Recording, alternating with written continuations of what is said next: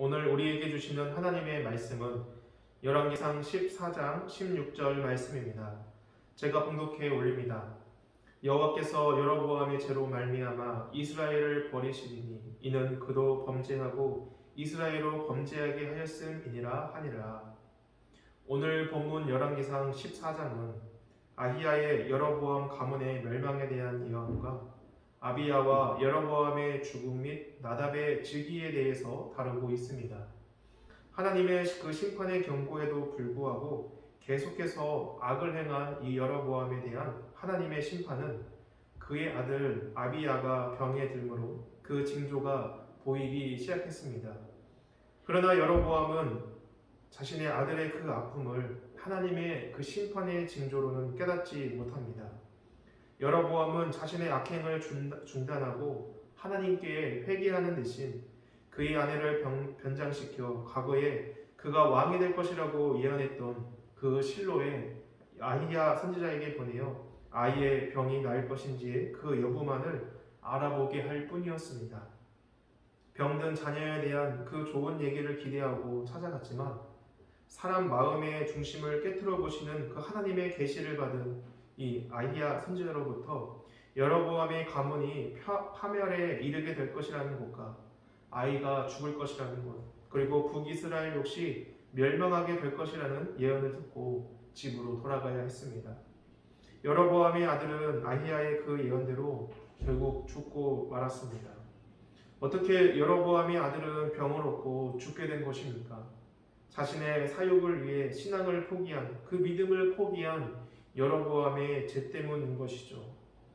이처럼 개인의 욕심과 탐심을 위해 하나님의 말씀을 저버리고 범죄하게 될 때 얻고자 하는 것도 얻지 못할 뿐만이 아니라 하나님의 징계를 받게 될 뿐입니다.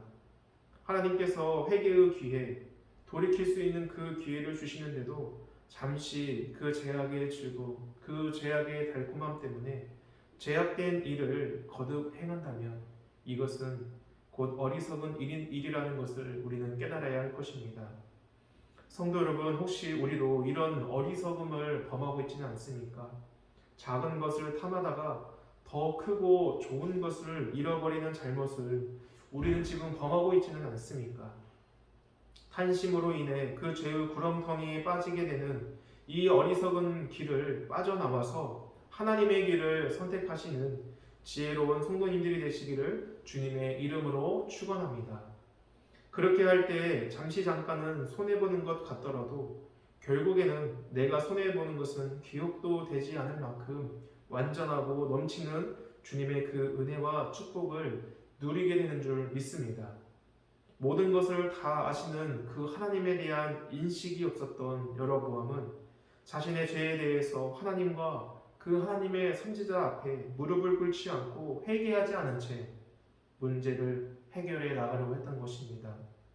성경은 하나님을 가리켜 우리 인생의 빛이라고 말씀합니다. 사람은 누구나 빛이 있어야만 사물을 바르게 볼 수 있고 또 바른 길로 나아갈 수 있습니다.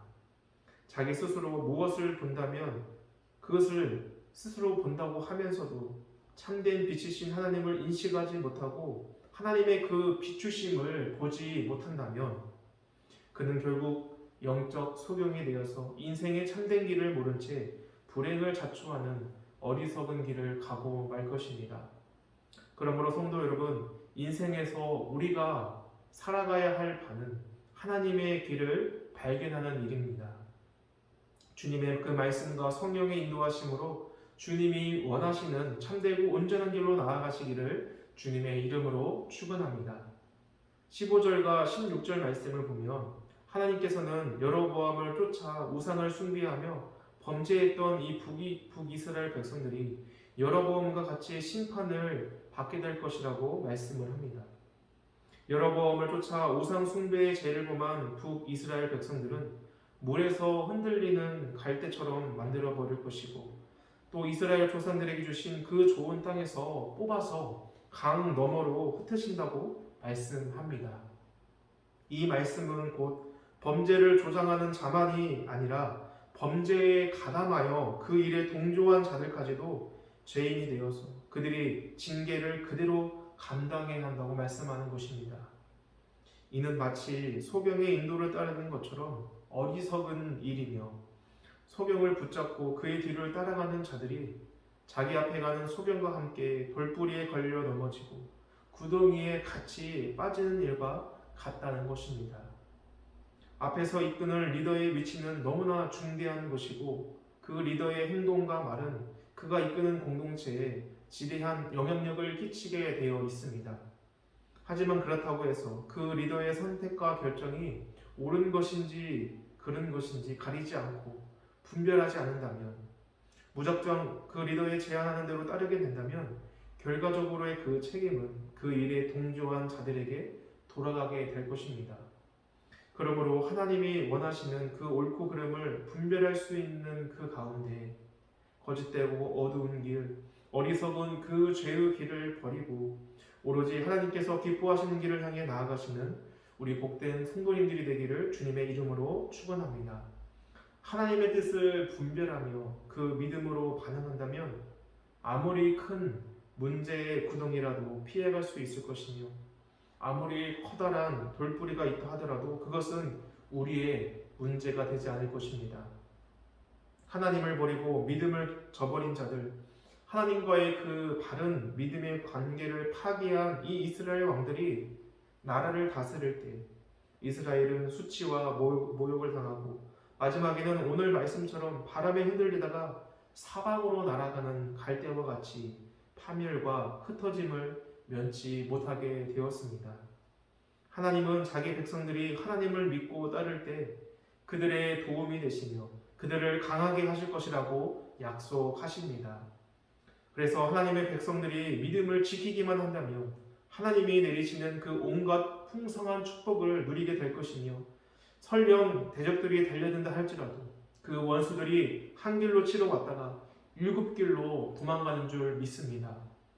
하나님의 뜻을 옳게 분별하고 하나님에 대한 그 굳건한 믿음으로 우리의 삶이 더욱 든든하고 강하게 세워지기를 소원합니다. 더욱 복되고 아름다운 삶으로 갖고 나가시기를 주님의 이름으로 축원합니다. 함께 기도하겠습니다. 아버지 하나님, 우리가 영적으로 민감해 깨어있기를 소망합니다. 영적으로 깨어있는 가운데 하나님의 뜻에 반대되거나 그 하나님의 뜻이 아니라면 그 잘못된 길에서 돌이키게 하여 주옵소서. 하나님의 뜻을 옳게 분별하는 그 한 사람, 하나님에 대한 믿음을 굳세게 붙잡는 그 한 사람으로 인해 주님의 풍성한 은혜와 축복을 누리는 우리의 교회, 우리의 가정, 우리의 삶이 되게 하여 주옵소서. 감사드리며 우리 주 예수 그리스도의 이름으로 기도드립니다. 아멘.